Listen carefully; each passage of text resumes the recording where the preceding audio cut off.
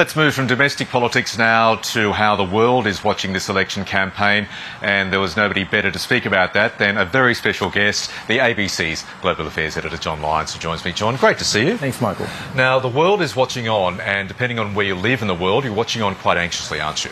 Well, that's right, Michael. And you've covered a lot of US elections, 5 elections, I think, here. And what happens there in the Capitol building, in the White House, matters. It affects the world on a lot of the big issues of our time, the war in Ukraine, the Middle East getting worse, China. These things matter. And so, as well as that, add to that the Trump factor. I mean, I think Trump absolutely fascinates people, whatever they think of him.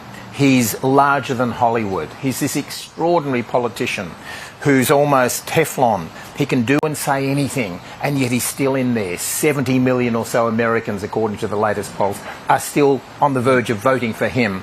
And whoever wins, Kamala Harris or Donald Trump, have very different visions for what will happen around the world. And people often say to me in Australia, why is it such a big deal? Who cares? Who cares? Because this place affects the world. And let's talk about some of the flashpoints and what might happen there, depending on who wins today. Ukraine in particular. The Ukrainians, I've been there 3 times now since the Russian invasion. They are absolutely fixated on this. To put it bluntly, they don't want Donald Trump anywhere near the White House. Because he has said he can solve, Ukraine within 24 hours. What does that mean? Given he's close to Vladimir Putin and has been. The Middle East, of course, crucial, and they have quite different visions. Donald Trump says, let Israel finish the job, whatever that means. Kamala Harris looked Benjamin Netanyahu in the eye here in Washington a few weeks ago and said enough of war in Gaza.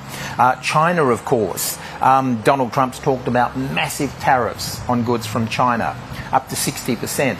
That will add to inflation here in America and in Australia. And so they have, just as they have very different policies domestically on issues like reproductive rights and abortion, they also have very different views on the rest of the world. Okay, and let's talk about the Australia-US relationship. It's easy to predict that there won't be too much change if Kamala Harris wins the presidency and continues the general policies of the Biden administration. Donald Trump's a different kettle of fish. He's very unpredictable, and I guess the first direct threat to Australia is his threat of widespread tariffs on all imports if he's elected. How will Australia deal with that if that's the case? I think that what he has suggested, and people around him, is that Australia would be partly protected. China is the real target. He's talking about Mexico. If they don't seal off that border, he's hitting Mexico with big tariffs. I think Donald Trump would use tariffs in a punitive way, and therefore Australia would get off relatively lightly. Lots at stake. John Lyons, really appreciate your insights. Thank you so much. Thanks, Mike.